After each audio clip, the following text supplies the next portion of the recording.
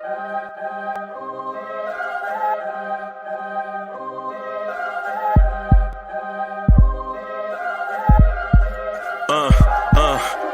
rank where the view is nothing less than phenomenal. For how I express and project from my abdominal. The only view better, both my daddy and my mama know. No living parents, my sons give me balance. My wife is my serenity, this mic is my identity. The world is foul enough, that's why I write without obscenities. Provoking danger with broken language and spoken anguish. Begging to get hurt, why would you ask to go through changes? Yes, Lord, life's a chessboard, master the angles. Control the tempo, be the one who holds the info. Acknowledge is just as deadly as machete swings. When spoken, the truth is as potent as that Medellin. While others swear the style is free, I just let it ring. Our time is undervalued, soldiers make us better kings. My family's on my shoulder, reaching after better things. Today I take the shot, for them I'd rather set the screen. My mama told me follow my dreams. My daddy told me get it by any means. Stand tall, make him bow to a king. But I've evolved, you can see the resolve. Look in my eyes when you speaking to God. Life and for those who we caught up in using what I was taught with the muse. I guess they call it proving I'm more than an artist. Penciling out my darkest while stenciling out a harvest. And storing what gets me from A to B just like garages. Instrumental with collages. Envision what I've been drawing. Broadway to give you rhythm like the great Lena Horne. So bent on, found comfort in the storm. Find peace and on when you see them others perform. Organized chaos, outcasted like hey ya. Yo, party people in the place to be. What's good? It's your main man, the number one chief rocker in Nick's universe, Uncle Freezy. Y'all want this party started right? Y'all want this party started quickly, right? Let's go. I see y'all. Wacko is in the building. Travel Vibes is in the building. What's good, man? I see you. Will Salkin in the spot. Good morning, good mornings, good mornings. So the regularly scheduled joints, are not happening this morning for a couple of reasons. I'm not going to get into them. I'm just going to say for personal reasons. I hope y'all respect that, man. And we're going to try to get back at it next week, man, with my man AD and Corey Lee and Bully. You know what I'm saying? So we'll be back. We'll be back next week, rocking and rolling. Hopefully, I think that's the path that we on, right? Josh Luther in the building. The son of the legend, Kerry Cox, is in the building. What's good, man? I see you watch here. So, man, do I have a topic for y'all? And I know, listen, I know it's that time of year, and cats be searching and searching and searching. And everybody's going to be trying their best to create something for you guys. I'm kind of in that crew, but I'm not going to recycle stuff. What I'm going to do is talk about a what if. I'm going to talk about a what if. Right? So my thing is, I have been wanting to talk about this for about a month. I've been wanting to do a series about what if, and I ain't gonna lie, it's inspired by the MCU, how they do the series what ifs, you know what I'm saying? So I'm gonna do that when it comes to the Knicks. I'm not gonna take their thing, you know what I'm saying? Yeah, man. Hey, Cox, man, I saw that last night. I have been telling everybody, man, Buck, I knew Buck was gonna beat that dude, bro. Me and AD was talking about it. Man, I thought he was going to beat him in 7. AD thought he was going to beat him in 9. I think he wound up beating him in 9 or 10, whatever it was. Yeah, man. But here's the thing. The topic du jour, or the topic for this show, right?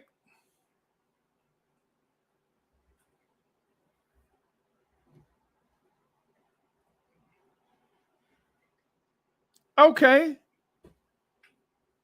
No, Bennett. No, Gaston. Gaston busting in the door. That's hilarious. Gaston, my dog, the dog that usually sit, like y'all can't tell, and I'm gonna get to the topic, right? But I have a mixed breed dog. I got it, bitch. I got it. All right. So y'all can't tell, but what happens is my stray, the dog that we found is a stray, right? All of a sudden he has a love affair with me, right? I can't go anywhere without him being around. And so now he busting the when I as soon as I said Errol Spence's name, he busting the door like, man, you still talking about Spence? My dog Gaston wanted Errol Spence to win, y'all. Every time Errol Spence threw a shot last night, he was excited. He ain't barked when Crawford was tearing him up. The one or two times Errol Spence did something, he ain't here barking and hopping. Ooh, ooh, ooh. That's your dog, huh, Gaston? Your dog got the brake speed off him last night. No. See what I mean? Every time I say Spence, he come in here, right? Okay.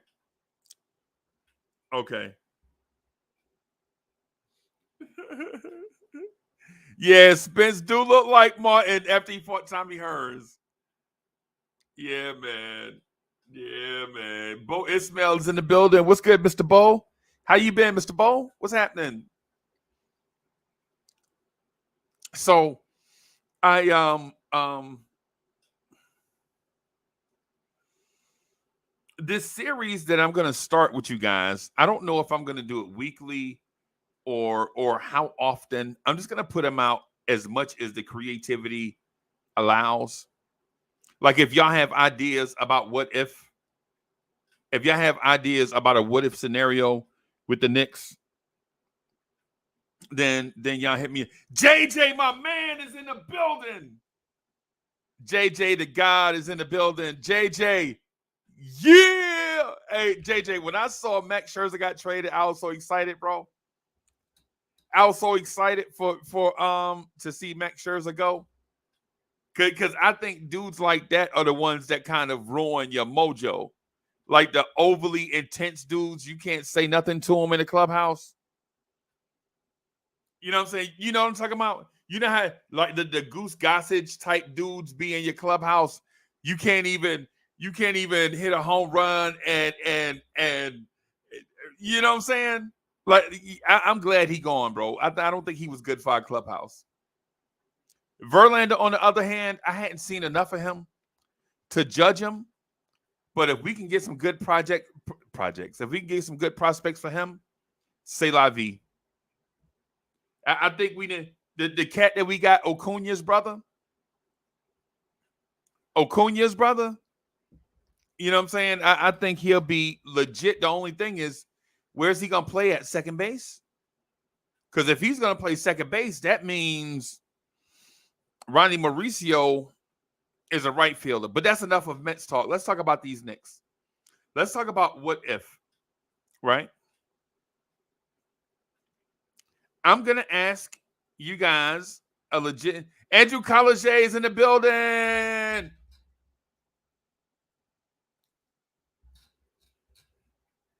Andrew Colliger, you better tell Errol Spence to keep them elbows tucked.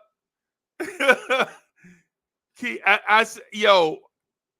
I don't want to talk about boxing. I'm just saying this because Andrew Colliger is here, right? But I saw a hole in Errol Spence's guard. That's the whole conversation behind the scenes. Is not that Errol Spence is a bad fighter. He's got a hole in his guard, and it's right down Main Street, right? He comes forward, and if you step to his right, all of this is exposed all the time. And Buck just kept hitting him. He even knocked that man down with a jab, or it seemed as if he knocked him down with a jab. Right.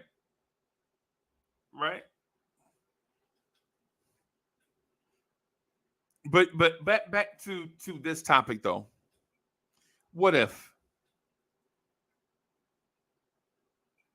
I'm going to ask y'all this question, and y'all think along with me on this. What if this season Julius Randle doesn't make the All-Star team?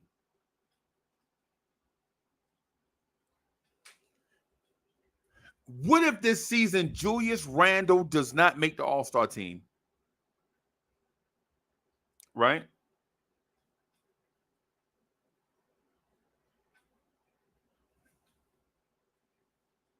Blake in the building. Rome Fall Rock in the building. What's good? What's good? Queens, get the money.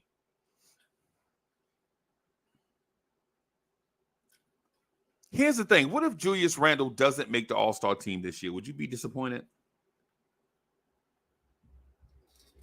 Would you be disappointed if Julius Randle doesn't make the All-Star team? I'm not going to lie to you. I'm kind of 50-50 on it, but I'm burning hot 50-50. Like, I'm a burning hot 50-50, right? I'm a burning hot 50-50. Right?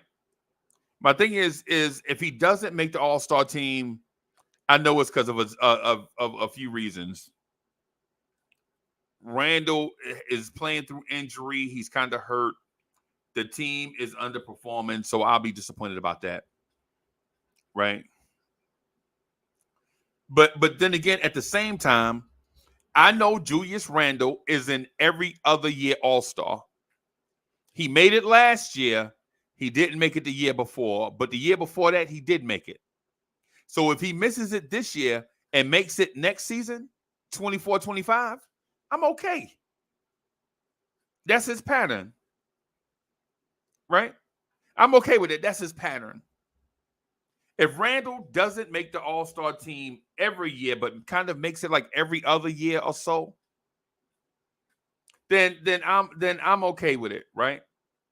Because that's his pattern. You know, he's not a perennial All-Star. He's just an All-Star caliber player. Right? Like, he's not Giannis. Like, the All-Star voting doesn't start and end with Julius Randle. Core Mega is in the building.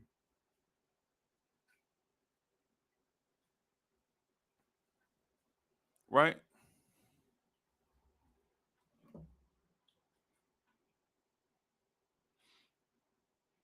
Will Salkin, salute, man.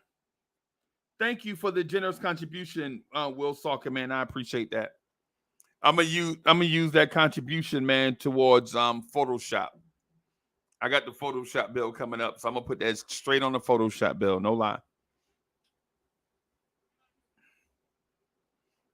Yeah, man, I got the Photoshop bill coming up. I think it's due like tomorrow or the next day. So I'm just gonna put that bread on there. So thank you for that generous contribution.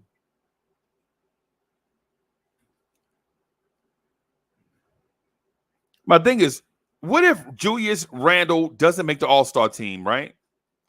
I'm kind of 50-50 on that. But what would make me scorching hot and angry and jealous is if Randle doesn't make it and Obi Toppin makes the All-Star team with the Indiana Pacers.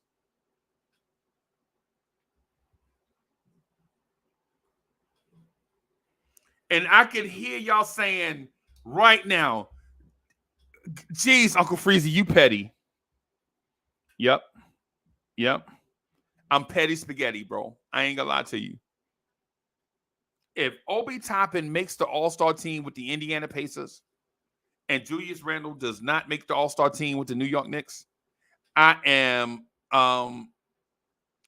petty money. I am Petty LaBelle.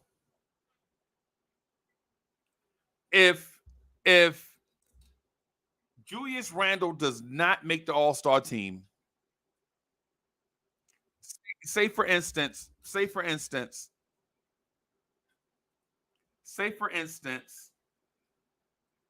oh boy, we got a superstar backstage. Superstar backstage, y'all. Bear with me for just a moment, okay?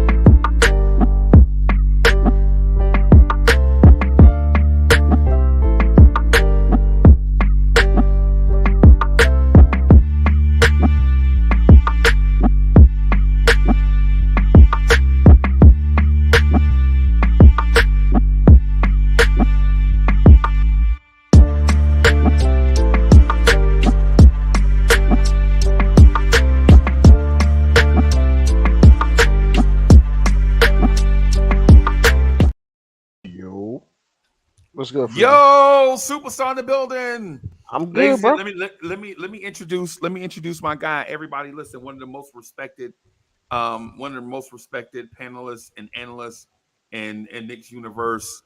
Y'all show some love for IKBM Dre in the building on a Sunday morning. What's good, boss? Ain't not much. I appreciate the intro. What's up? What's up? How you doing, Freezy? Shit, I'm good, bro. I'm trying to get back into that thing they call a gym. I'm trying to get my diet right. Trying to, you know, saying get right, bro. I just can't get. I'm like when it comes to like working out and fitness, I'm like Luther Vandross's curly kid, bro. I just can't get all the way there, bro. Yeah, you know, you see it.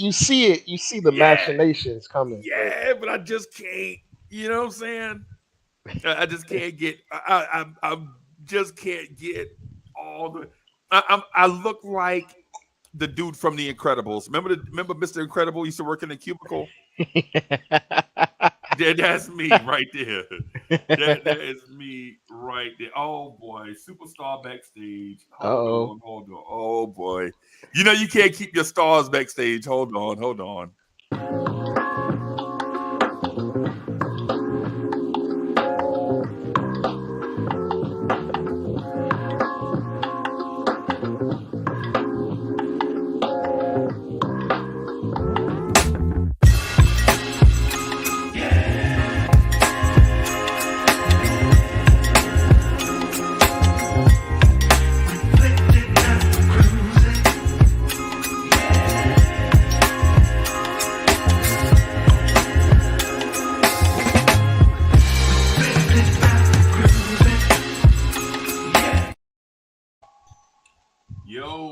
Yo, what's good? Hold on. Let me get my guy. Hold on. Let's get it.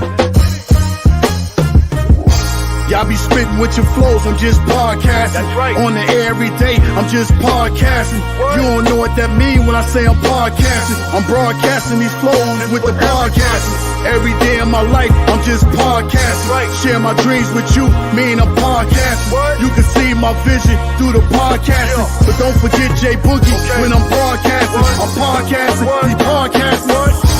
I've been spitting this venom since Karate Flicks. When Mr. Sims was sharing nothing but the Knicks. I guess you know by now, I seen some tough years. Now I know the reason why Freezy got them blowing tears. Closest thing to the Reverend. Bam, let's go. What's good, fellas? Salute, Boogie, salute Lee, salute Bully. What up, Jay? What up, Bugs? What up, Lee?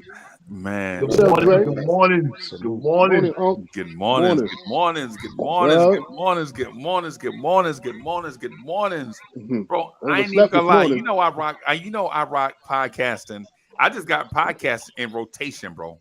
The dude that's on the bass guitar in that joint, the horns is fire, right? The horns is fire, right? But the dude on that bass guitar, they got to put an Amber Alert out for him for what he did to that guitar, bro. You know what I'm saying? That man, what that man did to that bass guitar is bananas, bro. That man needs some years for that. What he did to that guitar, bro. That joint is fire, J Boogie. How you doing this morning, bro? Man, I'm blessed, man. I'm blessed. Hope you all same. Hope you all blessed. Shout out to the chat. Shout out to everybody, man. I'm blessed, man. I'm feeling good, man. Hope everybody's in the greatest form of health. Anybody going through anything in life, we don't pray that you also get through it, you know, saying that you go through it, but we pray that you get through it, reach the other side, man. I'm good, man. I just wanted to come rock with you for a little bit, man. You know, saying I've been up all night long, man. So, you know, I'm gonna lay down. Tell me about it. Gotta Like wait the for Mary my wife. Jane girls. Yeah, man. I was hanging out with Lamar last night. Y'all don't know. That's what I call Bud. I call him Lamar because last night you can't stop the rain. You can't stop the rain. Yeah. So everything good, man. What's happening with y'all, man? Good to see you all, though. Facts. Chilling, It just a long night last night. I overslept, y'all. I apologize. I overslept. You must be getting older, bro. You must be. You got good sleep, just like Spence did. No. Yeah. Oh, good sleep early too. Good boy, Dre. He went to sleep early last night. Man, he tore Good. that boy up. He tore him up last night. I felt bad for that boy. Woo. I didn't. Oh, well, okay. There it is. I didn't, bro. That's a part of the game, bro. That's a part of the game. And he got He got paid and he got a billions of couple. dollars for that. So Yeah. He got $1 million taking a dirt nap. Yeah, Pretty you much. know, he Mm-hmm. got separated from consciousness last night, bro. multiple what I'm times. saying? Yes. He Yeah, didn't look right. He just didn't what's look right. What's that lady from Doctor Strange? Anybody saw that Doctor Strange movie? Yeah, When she hit Scarlet Witch. No, when she hit Strange and His body went to different realms. yeah, Mm-hmm. man. What's up, Bets? Yeah, man. No Mess, doubt. what up? So here's my question, right? Here's the question. The title of the show. I need y'all to help me through this, right? My thing is this. I won't be upset if Randle doesn't make the All-Star team this year, because I understand that he is not a Giannis. He's not a perennial All-Star guy. Right? I understand Lee getting emotional. Yeah, Lee up there getting emotional over Randle. But I understand Randle is not like the All-Star vote doesn't start and end with Julius Randle. Right? I understand that. Right. But what I do know is that Randle is an all-star caliber player. So if he don't make it this year, I have faith that he'll make it next year. Right. But what I will be salty about is if Obi Toppin make the all-star team in Indiana. Right. And it's not because I hate Obi. It's not because I hate Obi. It ain't even because I dislike the Pacers. Because I do. Right. But that's not the sole reason. The reason in my mind would be we let a all-star caliber player rot on our bench, go to another team in his first year with another team. This joker make the all-star team. You know what I'm saying? That would have me hot. Right. I want to ask Jay Boogie this first. Right, Jay Boogie probably know me. I mean, at least right now, Jay Boogie probably know me better than anybody. And he know when I say this, he know I'm not saying it from a place of being mean or vicious or anything like that. But Jay Boogie and I have been to games together, and he know that I'm a hardcore Knicks fan. Right, he know this. Right, he know when I go to the game, I'm studying, I'm taking mental notes. I'm watching everything. I'm looking at the bench. I'm looking at the game. I'm looking at the atmosphere. All of that, right? Jay Boogie, am I wrong for being in this mental place, or not even mental, this emotional place of if Randle misses the All-Star team and Obi Toppin makes it, that I would be emotionally set back by that? Am I wrong for that? I'm trying to figure out how did you even come about with that. That's what I'm trying to figure out. Yeah. Because that dude is not even going to start in Indiana. Okay. And then when you talk about Julius this year, right? I believe Julius is going to put on even more this year because too many things is up for grabs. You know what I'm saying? Number one is Leon is coming around to that 5th year. And if Leon's coming around to that 5th year of his contract, that means everybody is up. You know what I'm saying? And you want to make sure you do what you have to do the year before you go into the last year of that contract. So when I look at Julius this year is Julius has a goal in his mind. And his goal is Jaylen Brown's goal. I'm not saying he's going to get that type money. But let Julius hit All-Star again. Those numbers are going to have to come up. Have to. He's not letting nothing get in the way of this regular season. Only thing that's going to stop him if he re-injures that foot. That's the only. You can best believe Julius is getting ready to put up another 23, 24, double, and 5 this season. That's just my opinion, as far as You know, watching Julius and knowing what's up for grabs, because the way the system is set up, you know, far as it's so easy for these guys to reach these gold mines and become these rich type ball players nowadays.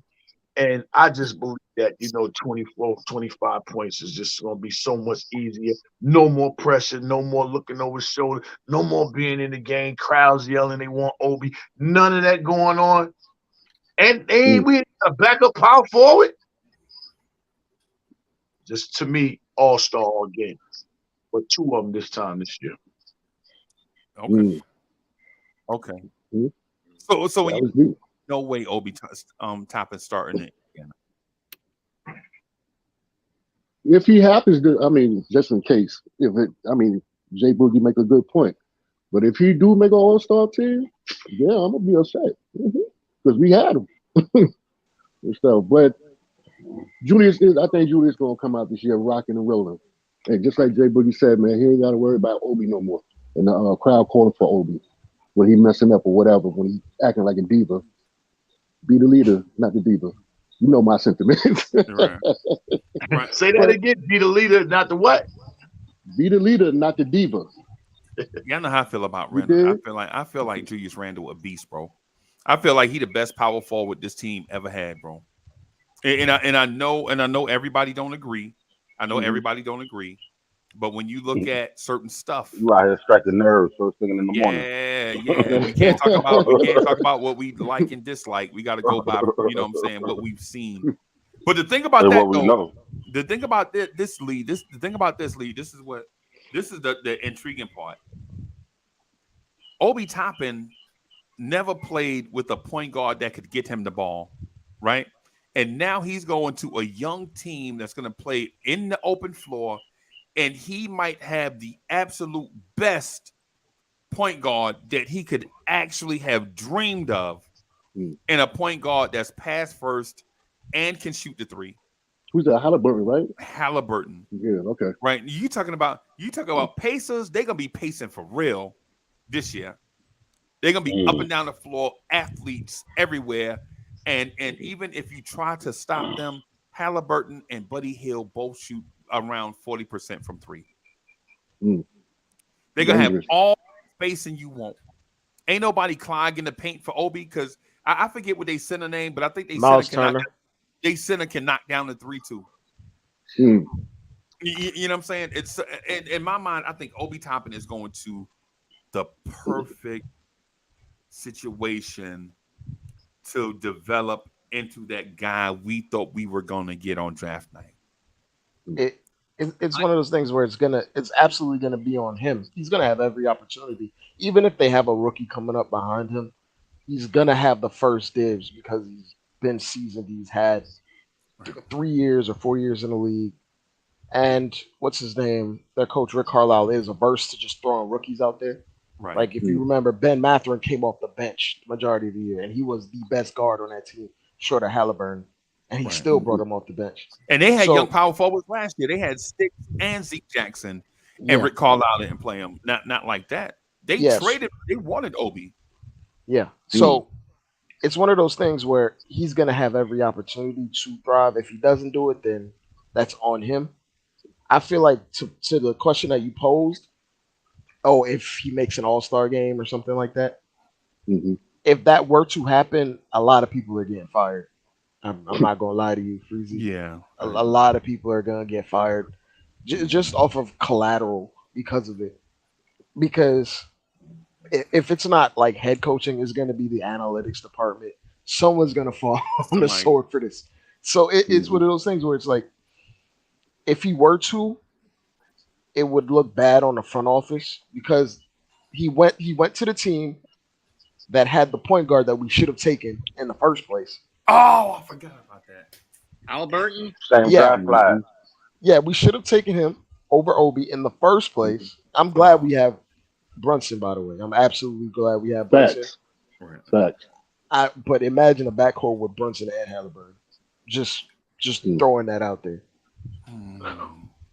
But we should have drafted him in the first place. Now he's going to a team that utilizes that same point guard that utilizes Obi's skill set to the best way imaginable, it's almost twofold how bad it might look on the organization, where it took 4 years from when it happened for it to blow up in our face. 3 I years. don't know. Yeah, well, is it 3 or 4? Well, it's going into his 3 fourth years. year. It'll be Yeah, it'll be the fourth, but it's 3 years. Like yeah, man. but I don't think it's gonna happen. I don't believe Obi is built like that. I don't think he has the consistency because we're talking about usually guys figure it out or show these flashes at a younger age. Obi's like 26 already. Right. Like Randall getting most improved player is an outlier. Like most guys don't get it at 26, 27. Yeah, like Jerry and Grant, like a Jimmy Butler, a Chris Middleton. Those guys are more rare than what people think. Yeah, that seldom happens. Like the guys don't figure it out when they're 26. Even if they come into the league late, they usually stay to a role or they top out as like a high end role player. They don't end up becoming all stars. That's usually the case. Maybe it could happen for Obi, but that's like relying on team success. Okay. That's 100% relying on team success. You can go ahead, man. My 2 cents is how Obi is utilized. It all boils down to what is it that not just Rick Carlisle wants out of them. It also boils down to what the front office guys like Herbert Simon, Kevin Pritchard, or Chad Buchanan want out of Obi, or what are they going to get out of them? We had Obi for 3 years, and we got little to nothing out of them because of coaching and aptitude and how to utilize him offensively, let alone how to develop him defensively. Carlisle needs to know that knows full well that the way Thibodeau utilized Obi doesn't pan out in the long term. If he can find a way to work Obi into the schemes to where it benefits both him and Obi, it may pan out. If he can't, then Obi's going to be gone within 2 years. Right. I think it can happen though. If y'all remember the scenario with the Orlando Magic, where the Orlando Magic had the #1 pick, they selected a center named Dwight Howard, right? But then they also got a Euro center behind him named I think we used to call him Marcin Gortat, right? Marcin Gortat. Right. No. Let me finish. Yeah, I got I got you. You said it like you did. No. I said it because that's what we. I said it Yeah. because that's what we were calling him at the time. Right. But he was making his name in Orlando on the bench, but fans around the NBA didn't know that he was eventually gonna be the Marcin Gortat that we saw after he got his own starting job somewhere else. Right? You remember they were like, man, Dwight Howard is always hurt. Right? Remember this? Man, why Dwight Howard always banged up? And then the thing is their backup center, we know him now as Marcin Gortat, right? But he was manhandling a physical monster in Dwight Howard in practice. We didn't know. All we saw was Dwight Howard manhandling other team centers. But they were like, man, this dude is manhandling Dwight Howard in practice. This dude leave, go get his own team, bro. Do you get the starting job? Do you get the starting job with the Suns, or do you get it with the Wizards?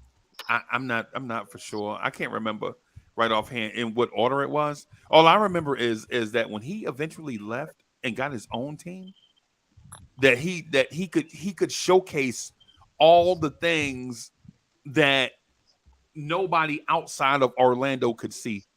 And that may be the case with Obi. Like we see Obi in limited roles do certain stuff, but now that he's in Indiana on a team that needs a big that can dribble and slash and shoot a little bit, because their thing is, and tell me if you heard this before, but Indiana had bigs they could bang on the inside, and then they had one that could shoot, but they didn't have one.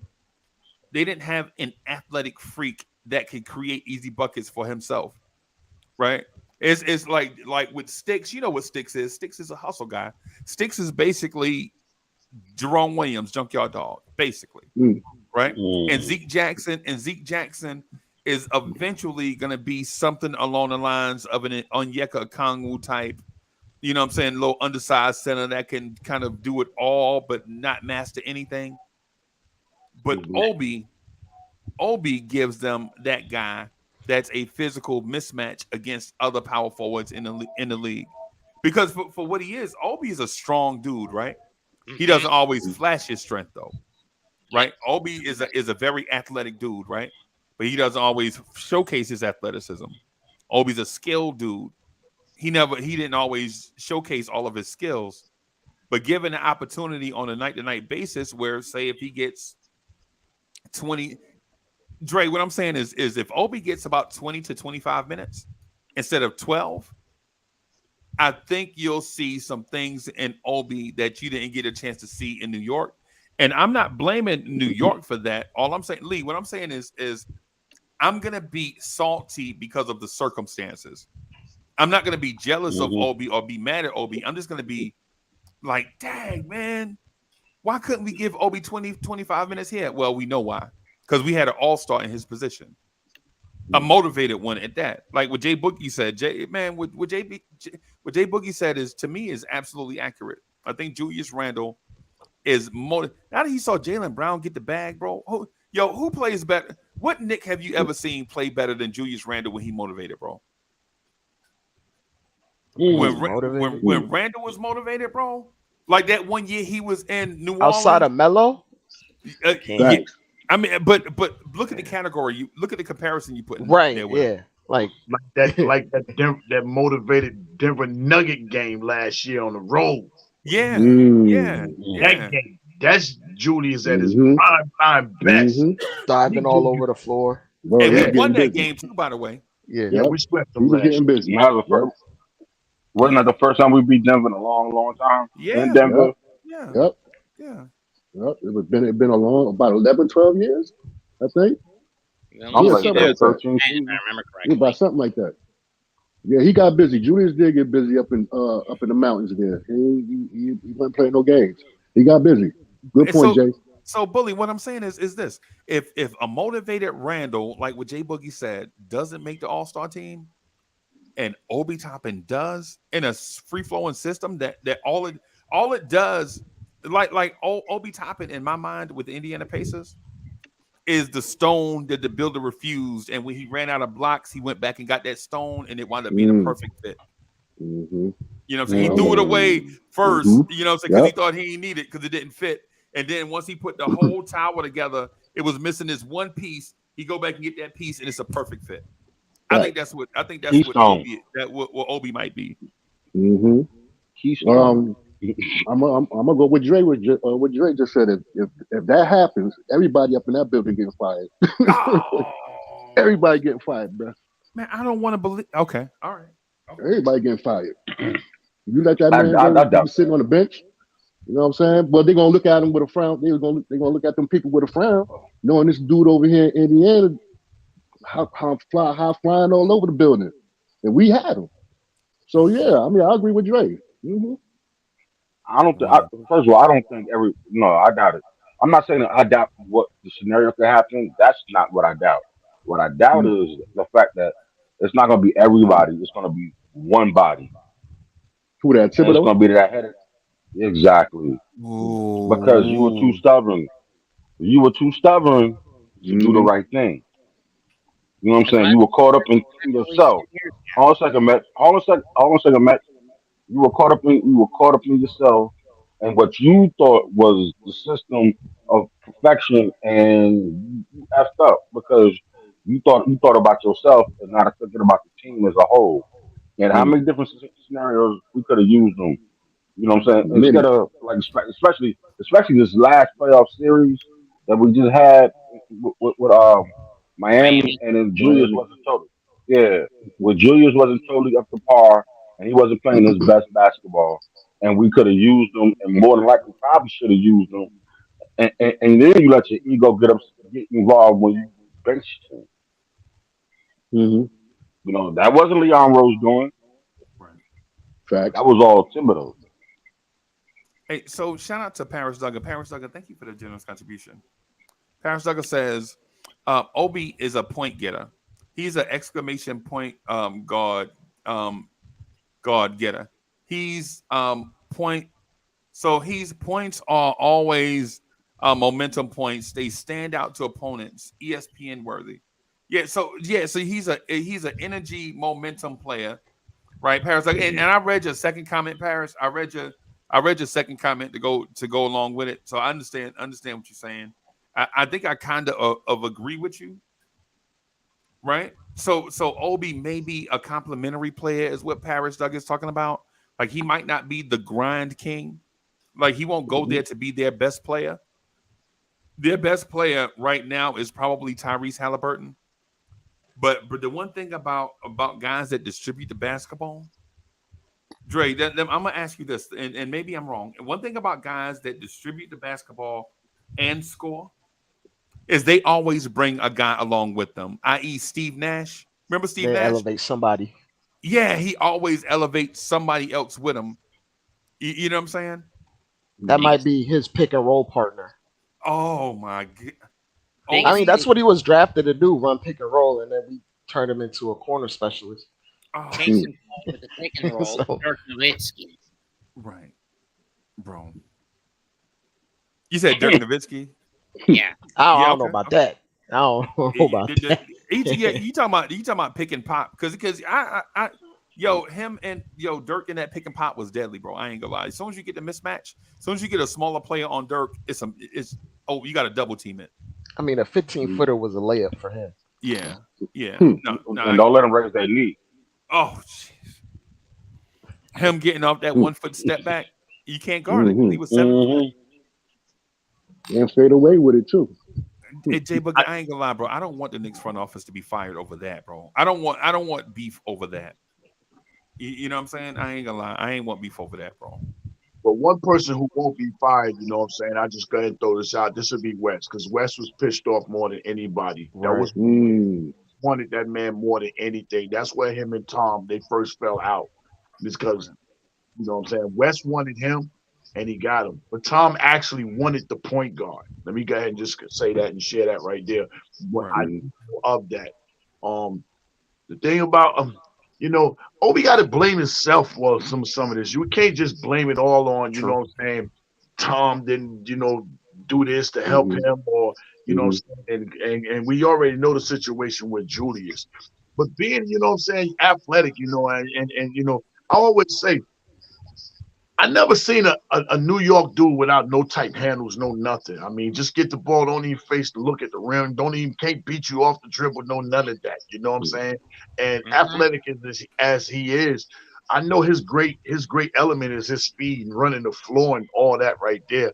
But if you're not running the floor, what are you going to give me a half court? Small forward was wide open for the taking. You didn't work out on your skill sets to try to fit that number 3 spot when it was there for you. At least try to get it. At least try to develop. You know what I'm saying? I didn't see none of those situations. I think he just allowed being okay. I'm the power forward. I'm the backup power forward. I think he just allowed too much of that cloud to stay above his head and try not to do anything else outside of that to develop his game. He wasn't proactive. He wasn't proactive. My bad, but I kind of want to push back against that just a little bit, man, because it's not even about that, but the coach controls opportunities. You know what I'm saying? He controls when I'm gonna give you this opportunity. But if he doesn't believe in you, or doesn't want it because he didn't want to play you, and the only reason why he's playing you is because he's getting pressure from upper management, that's a problem. And that's the only issue that I want to push back on. And it's not necessarily saying you're totally wrong, but also too. But Lee, what about the fact that he didn't? But what about the fact that he didn't show that to the coach? I think that was the point. But that he didn't show that to the coach because it's not just about the game, bro. You also see. Remember now, the coaches also see these dudes in practice and workouts. Mm-hmm. That's what I'm saying to you, because I understand what you're saying. No. That's another thing that I was gonna bring up. You don't know what he's doing in practice. Is he just playing Julius inside practice? Is he just going head to head with him? Nobody knows. It's not like back in the days you used to go to Nassau Coliseum and see Rod Strickland killing Mark Jackson. They got closed doors practice. Don't see none of that no more. So we don't know what we're seeing inside the practice or what we're getting from the practices. But I do know for a fact that for you to be behind that man and you do not try to go do anything else, because that 3 spot been open. The 3 been open. The 3 was taken by RJ by force. Take this because we don't have a 3. So I'm just saying you don't put together no other skills to show off that. You know what I mean? You just transition running and all that. I need more in that. And that all-star in, No. good luck checking Porzingis this year if you start. Good luck this year if you start. Good luck. Julius can't wait to see you. You know what I'm saying? Let me go ahead and throw that. Good luck checking Siakam. You know what I'm saying? Good luck with these dudes, that y'all think he's, potential all-star. Good luck checking these dudes because game 1 is a factor. Remember, it's an in-game tournament. So every game matter this year. Ain't no coasting along the season. Every game matter. The championship is in December. So every game matter. So you got to have your game 1 up to par from game 1 for the jump to start. From the rip. Word. Good point. Jay Boogie referencing the NBA Cup in Vegas. The championship is in Vegas. So, yeah, man. Or the pre-championship, you want to call it that. I'm going to be blunt. I hate this NBA Cup concept. It just makes things more convoluted and basically devalues the O'Brien Trophy, in my viewpoint. I think it's instituted. I ain't even gonna lie to you. I think it's instituted to stop teams from tanking. Thank you. Because now you got 2 championships that you can try to win. That's one of the other main reasons. And not only that, but also too that what do you call it when you managing the players playing time. Now you forcing these so-called superstars. You're gonna have to play. You have to play. Gotta play. I need you. I need you. I think a lot of it is ratings where the casual fan, like unlike we're guys that love watching game 1 through 82, right? But the casual fan doesn't pay attention to NBA basketball until after Christmas. Right. True. They're incentivizing people to tune in for cup games, quote unquote cup games. While the NFL is in its while the NFL is absolutely ruling. Yeah. You know what I'm saying? That's why the cup games are always on a Tuesday or a Friday. Right. To avoid the NFL. Like they're not gonna drop them on Mondays, they're not gonna drop them on Sundays, they damn sure not gonna drop them on Thursdays. They do them on Tuesdays and Fridays to incentivize like the casual fan to tune in. Like, yeah, this game means something. Because over the course of 82 games, a lot of people don't care until after Christmas, the big Christmas games with the narratives and the stuff after that. And then teams are usually in full swing by then with rotations and how they're running things. It's one of those things where they're trying to make it so people tune in more. Also, them changing the all NBA rules incentivizes the players to play more games too. Right. If they want to get the big supermax and they want to make all NBA, well, you got to play 65 games. Period. At least, right? Minimum 65. Minimum. Like Joel Embiid won MVP playing less than that. I ain't gonna lie to you, bro. By game 60, I'm mentally checked out because I'm at the point where I want to see the playoffs, bro. I'll give you an example. Right? By game 60, if there's a game in say Atlanta, I'm debating, do I want to drive 4 hours to Atlanta? You know what I'm saying? You go through, you know what I'm saying? Do I want to meet Jay Boogie and Corey Lee in Atlanta? I'm thinking more, and this is a personal thing now. I'm thinking more about how excited I'll be to see Jay Boogie and Corey Lee and the Carolina, the down south Knicks. I'm more invested in that than the game itself. Like I've gone to a game in Atlanta, bro, and not even know who's on the injury list. And that's one of the things you did when you were NBA. It's a marathon, Freezy. Yeah, I know, but what I'm saying is by game 60, bro, you checking the injury list because you're not getting ready to, bro. I'm not getting ready to get on a train to Memphis, Tennessee, to go see the Knicks and the Grizzlies and find out that Brunson and Randle ain't playing. And I'm going and I'm watching Nathan Knight and Emmanuel Quickly in the starting lineup. No, I ain't going to know. You think I'm You're gonna not sit on a watching. You're train? not watching Nathan Knight and then you quickly run pick Jay and roll over Boogie, and you think over. I'm gonna sit on a train for 13 hours to go to Memphis, bro? Rent a car when I get there, stand in that Hertz line for an hour with somebody that's brand new, keep messing up my name. Did you say Uncle Freezy or Uncle You think I'm gonna go through all of that just to go see Nathan Knight and Emmanuel quickly, bro? No disrespect to the Knicks, that's my squad. But what I'm saying is for instance, we all we all go to the Charlotte game in December for the Knicks, right? Like we always go to that game. Like I was going to that game even before I knew Jay Boogie. Me and Jay Boogie was probably walking past each other and didn't even, you know what I'm saying, and didn't even know each other. I was always going to that game, right? You think I'm gonna go to that game, man, and you think I'm gonna go to the February game in Charlotte and Randle and Brunson ain't playing or RJ ain't playing? No, I ain't going, bro. I'll catch them in DC when I know they playing. And the reason why I bring this up is because of this. The reason why I bring this up is because if they didn't do the NBA Cup, if these games early on wasn't important, then I would probably start to lose interest earlier and earlier, especially now that the Knicks are good. Right? See, I'd lose interest in game 60 because I'm hoping that the Knicks would make the playoffs. But if the Knicks look like a playoff team at game 40, man, you think I'm going to drive 12 hours to Miami and Randall and them ain't playing, bro? No. Sorry. So you think I'm gonna go to the Florence airport, get pat down by TSA, take my shoes off, all this stuff, just to fly down to Miami to go down and see Nathan Knight and Deuce McBride? No. You know what I'm saying? So if it wasn't for the NBA Cup, if they didn't put this NBA Cup thing in place, bro, I think I might have started, and this is just me. I think I might have lost interest a little bit earlier. Now that the Knicks are good, and it's not that I don't want to see my boys, but now there are less high leverage games because the Knicks are good. I know they're gonna beat Miami. I know they're gonna beat Orlando. I know they're gonna beat Atlanta. I know they're gonna beat Charlotte. Right?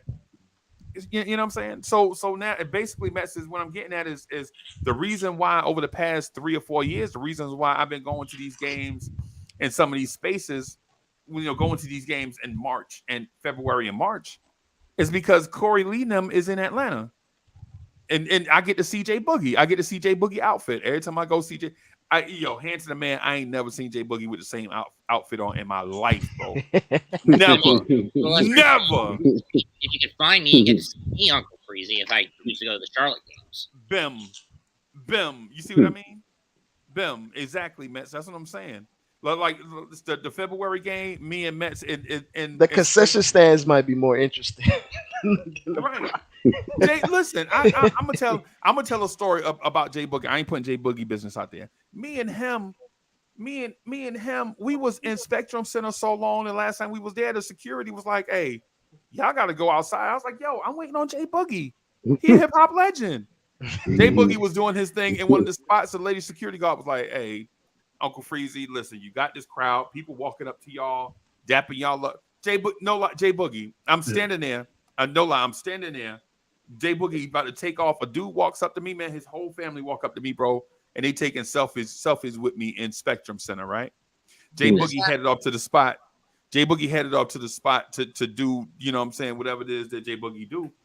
And we like, bro, these moments right here are the reasons why we came to the game. Not because it was the Knicks versus the Hornets. You know what I'm saying? It's the camaraderie, man. Yeah, man. Brotherhood. Yeah, we get to see Rob the Nick and all these people. Yeah. So what I'm saying is if the game, if we had less incentive to go to the games, like if it wasn't for this NBA Cup, the likelihood of us getting on a 13-hour train to Memphis, Tennessee is less likely, is what I'm getting at. You know what I'm saying? But that comes back to, like you said, like incentivizing fans to tune in. It's all about dollars, and right. We might not like Adam Silver for a lot of things, but he sure knows how to get a dollar. He knows how to strike a rock, and that rock will bleed millions of dollars. Right. It's something that you're not gonna do, and this is facts. This is one thing you're not gonna do, and like I pray that John gets himself together, and I'm glad D Rose down there to help mentor him and keep him right and everything like that. But one thing you're not gonna do, you want to mess your money up, you want to blow your Hulu contract after you knock Dame off it. You want to mess up with your every game money, you know what I'm saying, from your organization. That's between you and your organization. But what you're not going to do is mess with the NBA money. You're not going to do that at all. And once you start interfering with the NBA money, they're going to start taking effects. You know what I'm saying? I'm just throw this out for a second. I had a hook that said you say you're a baller, but you don't show up to every game. You know what I'm saying? I had that hook on the song this season, right? So then with that, and then now the commissioner, he's looking at all these people that do come to the games. They want to see their favorite players, and they spend all their money and everything, and all these people all over in the building. And and Kobe set that trend a long time ago, and you guys don't show up. You know what I'm saying? That's true, right? And then you gotta understand, they probably had Tatum say that what he had to say, 2 weeks ago when that video came out. You know what I'm saying? On these ball players because you're not playing every game, you know what I'm saying? And talking about how, fans love and all that. You're not gonna mess with this NBA money. So I'm not surprised that, the Commissioner Adam, he came up with something to put it out there where now these guys gotta play. They have your organization has something that they can play for, and then you get a better idea along with what your team is, because you got to win the games to play inside you got to win games to get out your bracket first. We got Milwaukee, Miami, but Charlotte, I think Washington with us, so you got to win games to get out your bracket to go play somebody else. That's first thing first. And then you got a championship in December. With all that being done and said, now you got to look at your squad to know what adjustments, what trades you need to do, because that's all before the All-Star break and the trade deadline. So you're getting a real input look on what your squad is and what necessary adjustment moves you need to make, you know what I'm saying? And I'm glad he put this guy, because there's too many guys making too much money to sit down on, you know what I'm saying, a nail break. I don't see Nerlens Noel didn't play because he just got his hair braided and the white headband, to the grease and all that. Come on, man, get on the floor and provide for these families, that do spend their hard-earned money to bring their kids. And like Jason Tatum said, they're not even on the floor; they sitting way up there. Even when I spend my money, I go to the Knicks game, I'm at the Delta. You know what I'm saying? When I go to the road games, Freezy, he along, we trying to get down there on the floor. On the floor, that's what I'm saying. When I go to the Atlanta game, I always buy 2 tickets for myself. This is what I do. I buy a ticket for myself to get in the game. I do the same thing with Charlotte. I buy a ticket to get in the game for the Charlotte and Atlanta game. And once I'm in there, I go back on the line to see what seats is available to be down by. That's what I do. You know what I'm saying? And if seats is available, I buy another ticket and go down there and be down there. That's how I go down there to them. You know what I mean? I don't look to buy. I don't look to buy them high expensive tickets before the game, because once the game starts, they looking to sell them tickets for anything. So you might get a floor model seat for, you know what I'm saying, for $300. Because they're gonna make something. But yeah, man, I'm glad we got something going on in game, something, man, where these guys get up on the floor and play, so the people that spend their hard-earned money, they can at least see you, man. So that's because like you got to remember, the paying customer. Are we talking about kids? Like their favorite player only comes to that city one time a year. One time a year. If it's an interconference game. And they miss out on that, and then that could just tarnish how a kid views a certain player when they just sitting out. Ain't nothing wrong with them. They just, it's a maintenance day. Right. And the NBA had that problem with Indiana. Remember, cats used to go to Indiana and sit out in Indiana because they would play. They play in Chicago. They play Detroit and Chicago. And then by the time they get to Indiana, they be tired, right? So they just sit out the Indiana game. So when Indiana and Chicago get the big crowd, they get to see all the stars. By the time they get to Indiana, Indiana would never get to see any stars. Right? They used to call it Nap City. J Boogie, remember they used to call it Nap City? Yep. When they used to call it Nap City, bro. Like when cats like coming from the West Coast, they'll play Detroit, they'll play Chicago, big primetime games when Chicago was good, right? And then by the time you get to Indiana, everybody in street clothes. You know what I'm saying? And that ain't fair to the Indiana market. You know what I'm saying? Yeah, they serious about the stars. You remember Reggie was thinking about leaving? No, they burned that down. Yeah. You leaving? Burn it down. They burned his whole crib down. Yeah. Oh, playing out there. But yo, hey Freezy, I'm gonna step off. As soon as I step off, man, you know, I'm gonna send you something. You know what I made off last? I made a little sub last night. I got 700 to the strong last night. You know, dealing with my man Jada. I called Bud the Jada Kiss of boxing, and last night, and somebody might have heard me on another podcast. I call Errol Spence the Drake.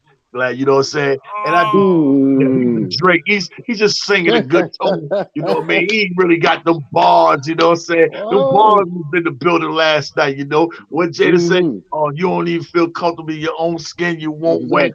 I wrap my butt off at the Garden of Nassau, fight the champ with a glass jar. Checkmate, dude. Checkmate, man. Yeah, man. But y'all guys, man, continue on having a great Sunday. I'm gonna continue on listening. I gotta get with my little baby, man. I'm gonna hang up and send something, you know, help keep the lights on, you know. And I love y'all. Y'all all have a marvelous week coming ahead to everybody, man. Salute, shout out to the hip hop legend J Boogie. Shout out to the hip hop legend J Boogie, man. J Boogie, thank you for everything you do for the Knicks universe, man. I saw you on the show the other night. I started to jump up there with you. You were spitting some facts. I started to jump up there with you, man, and just be freaky time for Mr. Cheeks. I said, yeah. I saw the, you know what I'm saying? I saw to do that with you. Some of that Lost Boy action. Yeah, man. I can't wait to see them down in Atlanta. You know what I'm saying? Queens Get the Money Day is coming up in September. You know that, right? Wow, I was just about to say that, bro. I was just about to say that, bro. Yeah, I will be there. To this day, I got a cassette tape with me, my man Spank G, Dada Rock, and Grandmaster Vic and 40 Project. You know what I'm saying? You know what I'm saying? I got those things over. And I always share with people and told people all the time, you know, that Rising to the Top, that was our anthem. That's a Queen's anthem. And Dougie came to an encore and he's seen us, you know, rocking with that, ran with that. But it's all good. But everybody amongst the world know, you know, the real Queens people, they know that's our logo right there, you know, keep rising to the top. That is. Kenny Burke. That Kenny Burke, man, they used to go off, off in the club, bro. That's right. That's right. And one more thing real quick, yo. I promise you all, anybody that's listening, everybody on the panel, you get ready to get the best music I ever dropped. Ever. It's no comparing to none of the music, and I done some good music, I think, for myself, that to this music that I'm doing right now. And it's gonna be a little sneak snippet. Freezy have it where he gonna have like 6-7 brand new tracks. You know what I'm saying? Where you get a sneak preview of everything I got. But I promise you, this is the greatest music that I don't put together. Support my brother, man. No doubt. I'm coming hard this year because I need that love, man. I need that love. Yeah, but y'all have a great weekend, man. Salute. Let's go Giants. That's right. Oh boy. Let's go, Jets. Man, come on. Nobody want to vomit around here like that. Yeah, man. JETS. Oh, Jets about to get Dalvin Cook. No. But Lee. Bears guy, Freezy. And do what? Me? Yeah. Am I a Jets guy? No, I thought you were a Bears guy. I am a Bears guy. That's what I thought. He's mocking us, bro. Yeah. He's mocking us. No. What I'm saying, it's in my opinion, bro. It's okay to show love to other people, bro. You know what I'm saying? Like it's okay. Bully. Is it okay to show love to other people? It's okay to show love to everybody except for the Jets. Yeah, and the Mets. It's okay. It don't always have to be us. What they did to you? but okay. So Dre, let me ask this. So what if Tyrese Halliburton turns Obi Toppin into that dude? What if he turns him into Sean Kemp? Right. Now, I'm hopping off. Peace, Mets. Later, guys. Have a good day, bro. All right, later, man. So my thing is, what if Tyrese Halliburton's skills, right, the things that Tyrese Halliburton is good at, turns Obi Toppin into that dude, and we understand that Tyrese Halliburton turned him into that dude. Are we gonna be salty that Obi Toppin was turned into that dude? Yeah, I'm gonna be salty. I'm gonna tell you the truth. Yep. Mm-hmm. Because we're talking about a specific talent that we got for 2 garbage second round picks. Facts. We gave up for 2 garbage picks. Yeah. We got 2 garbage second round picks for. So wow. If Halliburton, because remember, if you look at the trade details, it's like the worst of 2 second round picks or something like that. Like, yeah, they had the option to, so they're garbage. They're extra garbage. Yeah, they're like 50s in the 50s. Yeah, it's 54 through 60. Yeah. Oh God. Yeah. So my thing is it's complicated, Bully. But Bully, you know what? I'll tell you this. Like, listen. You know, I'm one of the machoest dudes. You know, bro. When I get around other dudes, I be in a weird way, and I shouldn't be this way, but I always kind of be wanting to establish myself as Mufasa, bro. Like when dudes come around, bro. Nah. I be in my mind, I'm like, no, you Scar, I'm Mufasa, right? You know what I'm saying? And I be trying to kind of reel that back in. That's the character flaw. I know that. I know that, and I be trying to reel myself back in. Like in our private conversations, y'all notice how I be trying to eat my words and back up and respect other people. Be trying to do that. I heard you the other night. As opposed to just saying, "Yo, nah, man." For instance, if me and LL Cool J was in the same room, bro, people would be like, I don't know who the most arrogant. I thought LL was that dude, but Uncle Freezy, boy, he you know. But I say that to preface. I want to preface this, right? I know my feelings on this is complicated. Like you ever been in an argument with a woman? She passionate about something, but you can't figure out why she's so passionate. She like, hey man, what you want? You wanna go out and you want some grilled chicken, or you want some fish? And he like, I want to throw some fish on the grill. Why you always trying to put fish on the grill? And y'all arguing.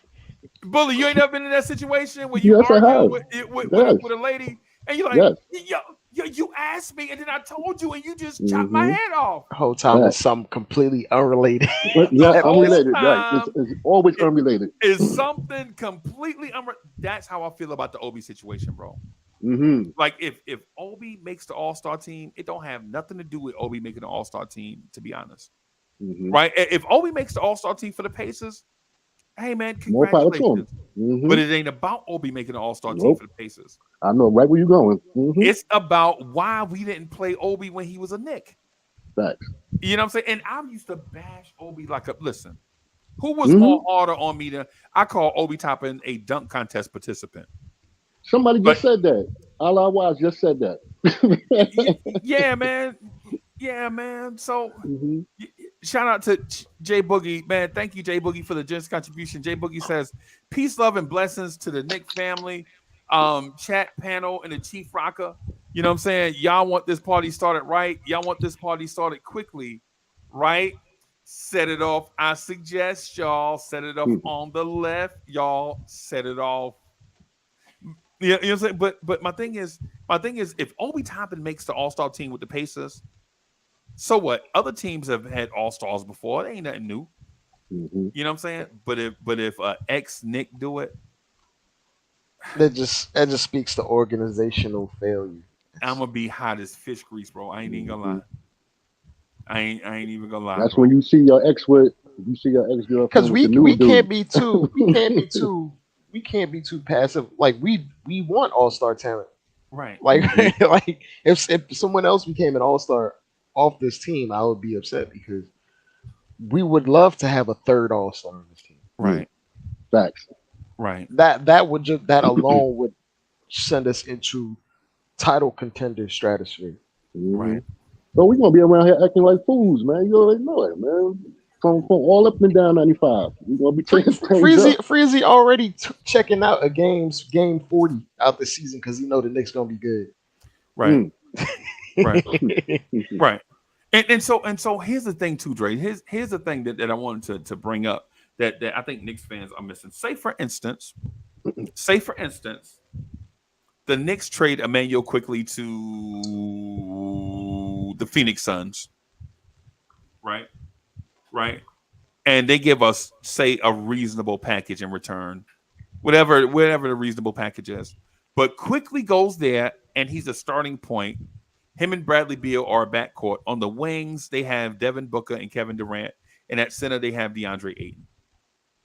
Now, all of a sudden, when Quickly turns the corner from that screen that he gets from Ayton, nobody's there for his floater because everybody has to stay committed to their offensive man, right? Their offensive. So Quickly can eat at the buffet and average, say, 18 points and 8 assists, shoot 46% from the floor, 40% from three, and 90% from the free throw line because you have to guard him one-on-one. At no point can you double team or overcommit to Quickly because at any given time, he's going to be on the floor with Bill, Booker, and Durant or Ayton, right?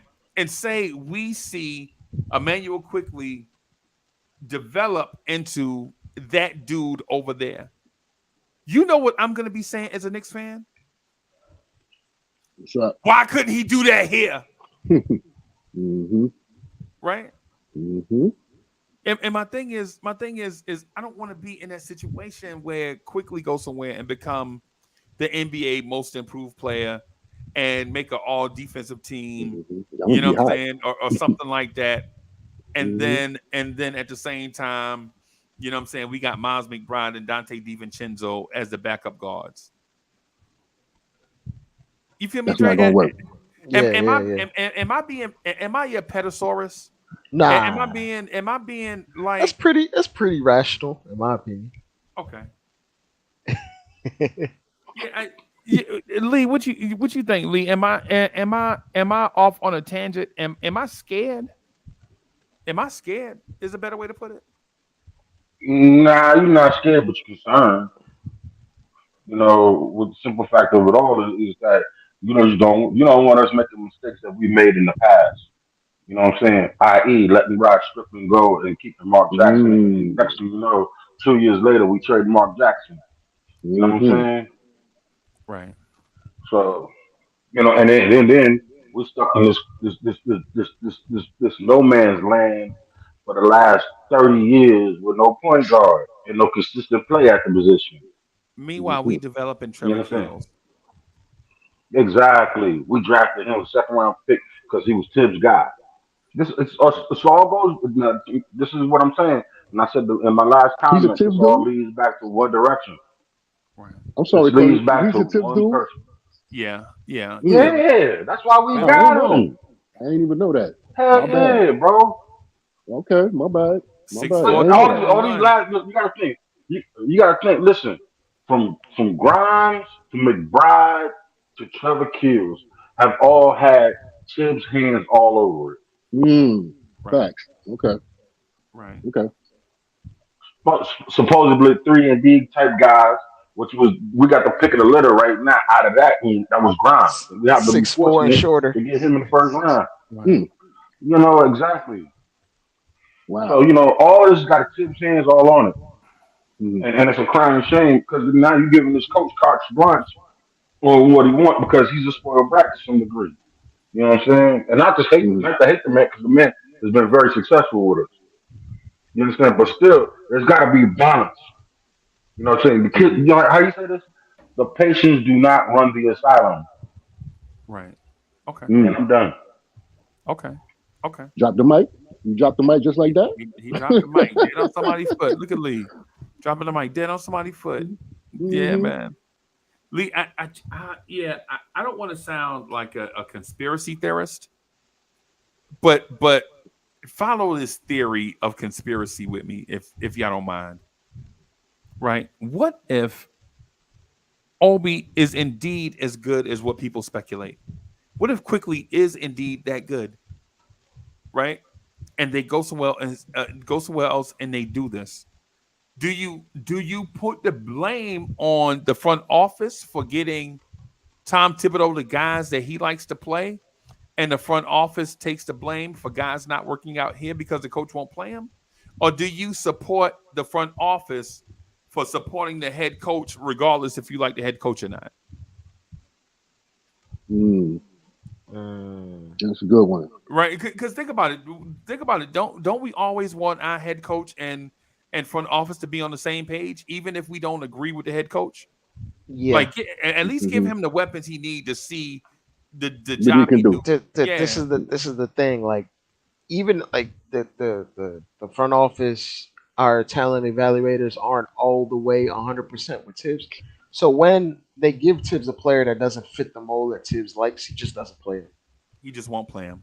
A Cam, for existence, right? For example, Or yeah, Or Cam. Knox, or not or Frank, or DSJ, or Austin Trier. Rivers, Trier. or Trier.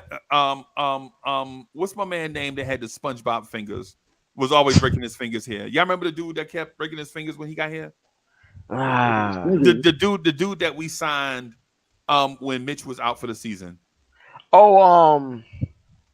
Pell? Norvell Pell. Yeah. No, Yeah, I we remember did Norvell have him, Pell. right? Yeah, you're right. But it's one of those things where like Tibbs has his like, I feel like he might not be this entitled, but he's definitely like an assistant GM. So he has input on some guys that we bring in here. And he'll fan out over particular guys in the draft. Like he was fangirling over Grimes. McBride and Grimes. Yeah. Like he wanted those two badly, so we did him a solid. We brought him here. Of course, he plays them. So it's one of those things where if you don't fit the mold that he likes, right, he'll keep you on the team because he doesn't have say in that regard, but he has say in terms of play time. Right. Yep. Yeah, And how players are utilized. So he just won't use you, and he'll just keep you pushing from there.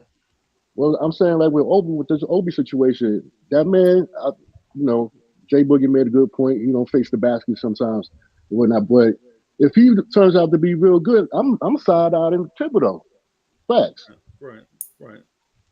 Just like he could have played them in the playoffs when we played Miami. I mean, while homeboy was hurt. Right.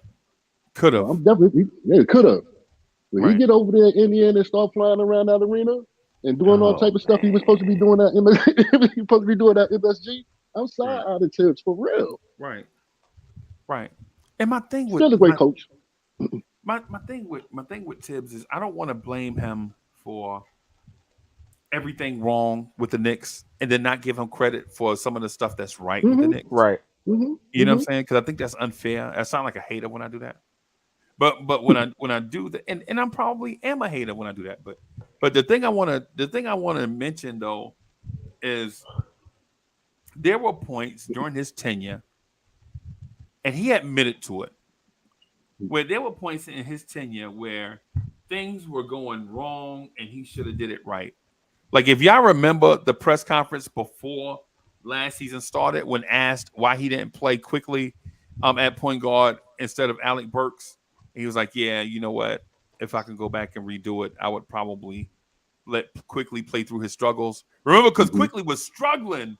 That's why Tibbs didn't play him, because she looked bad.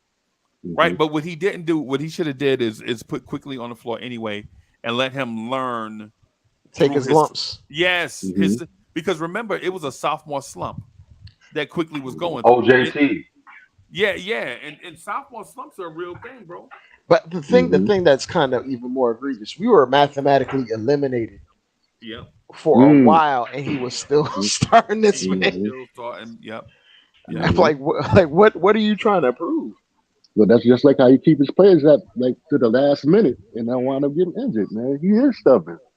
You still got your starters out there. We getting blown out by 25, yo. Oh man, that RJ game against Denver. Yeah, that was 2 years ago, right? Yeah.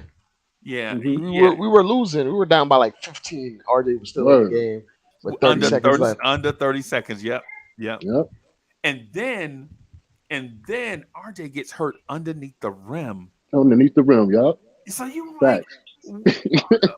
why is RJ even down there with these bigs, bro? Man, I was cussing at that TV that night. He was boy. down there against backup bigs Oh, Facts. that just want to hit somebody because they ain't played. they was down there with them Nathan Knight type dudes. You know what I'm saying? Dudes that just trying to put something on tape. You feel me? Mm-hmm. Yeah, man. Yeah, man. I got another what if. I'm gonna save it for another show. Maybe we can do it tomorrow. Maybe we can do it tomorrow. But the what if, the next what if is what if, and this is only a what if. What if Jalen Brunson is a flash in the pan? Oh Lord. That's the next episode of Yeah. what if, y'all. What if Jalen Brunson is a flash in the pan? Right? That's the next episode that we're gonna do. I want to get y'all chops watered up for that conversation. A one-hit wonder. What Okay. if Jalen Brunson is a one-hit wonder? Mm-hmm. Right? But as far as this episode goes, and y'all know, to quote D Nice, y'all know, see, every episode begins in this mode, very cool, very calm. There's no sweat in my palm. Shout out to Harlem. Harlem, Peace. USA. Shout out to Harlem, USA. But Dre, let me ask. Oh, so let me ask you this, Dre. Yeah. How do you feel about the current situation at power forward? Put it up. It's I'll put it this way. We're kind of forced to play more modern basketball because if Tibbs had a traditional, but maybe Nathan Knight will be that four. But if Tibbs had a traditional backup four, we would play a normal rotation of four big men at all times. Oh my God.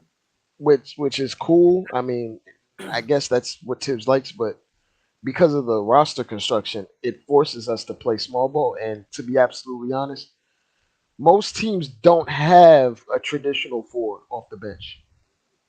No. Why would you? So I'm cool. I'm cool with it personally, but Tibbs thinks we need to have two power forwards and two centers, and we need to have a third power forward and a third center just in case, just so we can maintain that rotation. Bro, I think that for one, the Nathan Knight signing signals the end of Jericho Sims. Think so? Yep. It's the end of Jericho Sims. The Jericho Sims era is over. Right? I like Jericho Sims. I like Sims too. I like him too. But he better get them scrap power for. You notice Jericho Sims is not even mentioned in those scrap power forward minutes. Nope. Conversations. Never. Because he has no power forward skill set. He's just he's really an undersized rim runner. He's an undersized niche. Yes. Yes, and I'm not gonna lie to you, bro. I think the thing with Jericho Sims is if he could shoot a little bit, like if he could knock down wide open, and I'm talking, and when I say wide open, I'm talking about Walmart Black Friday open threes. Has he even attempted a shot? Yeah. If he could hit a 15-footer, if he could hit, if he was an offensive, the thing about if he was an offensive threat whatsoever, or if he was a dominant something at one thing at center, then you can move Hart. You can give Hartenstein a smidge of minutes at the four, a smidge, not a lot. I'm not talking about Hart because Hartenstein's a center. He's not a power forward, right? But what I'm saying is there could be lineups where you could play Sims and Hartenstein together, and Hartenstein would be the 5 on offense, and Sims would be the 5 on defense. You feel me? yeah, You know, they would alternate because of their skill sets. Because of their skill sets. You know, they complementing each other. It's kind of basically, well, it might be a little bit disrespectful, but it's how the Bucks alternate with Giannis and Brook Lopez because Brook Lopez is a spacer. Right. So he's He can used shoot as too. a stretch while Giannis is Mhm. the in the paint big, and then they Mhm. alternate on the other end in terms of who protects the rim and who's Right. doing the switching on defense. Right. It's an Because of these inverse. skills. Yeah. Because of these. Or it'll be like unfortunately Miles Turner and Obi Toppin. And Obi Toppin. Mm. Yeah. Look at Yeah. you, Dre. Oh man. Okay. Suppose man, suppose that happens and them cats get busy in Indiana. Oh man, I don't know. It's That'll be coming, kind of bro. fly. It's It's coming, coming, bro. yeah. I'm gonna be real with you. They What up? were in the playoff race before Tyrese Halliburton got hurt last year. Yep. Mm. They were right next to us in the standings before we Facts. took off, and then Tyrese got hurt, and Yep. we went in opposite directions.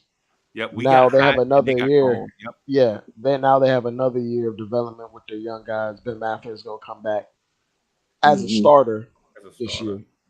Yeah. Mhm. Tyrese is only gonna get better. Right. Miles Right. Turner is who he is. Yeah. Solid Mhm. player, not a great player, but very good player. Very good player. Yeah. Mhm. Yeah. And they Mhm. have the ingredients to be a playoff team or a play-in team. Right. Mm. Right. And they signed Bruce Brown also, right? Yeah.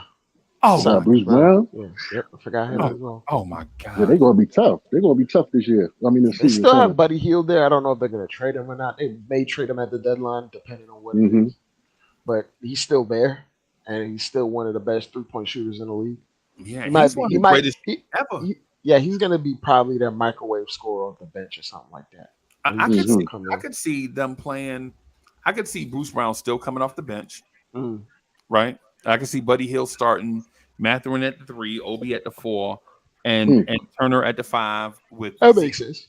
Zeke Jackson and Zeke Jackson, Sticks and Jarris Walker coming off the bench. I don't know how that's going to work with 3 power forwards coming off the bench. They'll figure something out. They'll figure something out. Though one of them will play. Zeke will probably play center. You know what I'm saying? Yeah. Because Zeke, and I think Sticks is a center also. He's Gotta just forget that they got Nemhard off the bench too. Andrew Nemhard. Oh, he a baller too, bro. He's nice. How in the world they get Nimmered and we took Trevor Keels? Trevor Kill. I mean, Nemhard was like 30 Because- in the draft, something like 30, 31, somewhere. And around. well, you know what? How did they get Kendall Brown? Remember they drafted Kendall Brown after Oh, us. they did. Well, I mean, that's what 6'8" Tibbs like. LC. Tibbs like 6'4" guards. Really. 6'4" guards. Yeah, Okay. yeah. I Well, listen, family, I'm gonna step off real quick. I got something I gotta do. Yeah, me too. I gotta get out. Right. Salute, CL. Willie. I'm Salute, gonna get. my I bro. just wanted to throw this initial what if out there. Bully, y'all want to do a vibes later on? Yeah, I'm with it. What we doing? Okay. All right. What we talking about? Lee, what you want to talk about on vibes and stuff, bro? That's a strong possibility. Yeah. I want to talk about this. I want to talk about this thing, and I know y'all might not be experts on it, but I want on vibes and stuff. I want to talk about the influence of Caribbean culture on Black culture. Well, that's in my family. Yeah. I'm with you. Y'all might not know anything about first generation Caribbeans I and do. things of that Mhm. I mean, I ain't gonna front. I don't. that's but- kind of what I am. but Yeah. Okay. Miss Mocha is looking at me as a second generation Caribbean. She's looking at me like, oh boy, you trying to start the hornet's nest. Shout out to the Bahamas. Shout out to the Bahamas. You know what I'm saying? So yeah, y'all. So we're gonna get out of here. Thank y'all for watching and tuning in. Maybe we can have that conversation, you know what I'm saying, later on. Thank you for everybody that came through and rock with us. Salute to the Brown Bag Boys. Salute to the 718 Boys. Salute to Anthony D. Hold up. Who got Cold duck. That's Yeah. right, some cold duck. Wiz, if you wanna Salute, Wiz. come through and hang out for that conversation about Caribbean culture, on the culture, come through and hang out with us, bro. That's gonna be a fascinating topic because the first thing I'm talking about, bro, I ain't even gonna lie to you. First thing I want to talk about is attitude, the Caribbean attitude, bro. It's so different, bro. Anybody in here know about the Caribbean attitude, bro? You know what I'm saying? Like how it's mad that I'm married into it. oh Uh-oh. boy. Oh My son is boy. half Caribbean. Oh boy. Little Yeah. Rod Jr. is half Caribbean. Trendy. Yeah, man. Oh, yeah. Yeah, I'm gonna see. I'm gonna see if I can catch Staffa Don. I'm gonna see if I can catch Staffa and see if he can jump in with us, and maybe we can get Wiz to come in and hang out with us. Maybe we can do that about 7:00. All right, bet. Dre, you down? Yeah, I'm down. I'm down. Okay. Oh, you know All he right. damn Drake. All right, y'all. Thank That's y'all my for dude. rocking with us. Peace, Y'all y'all. check out Vibes and stuff at 7:00. We're gonna have that, and then I'm gonna see if we can do a Nick Say Night podcast tonight too. We'll see.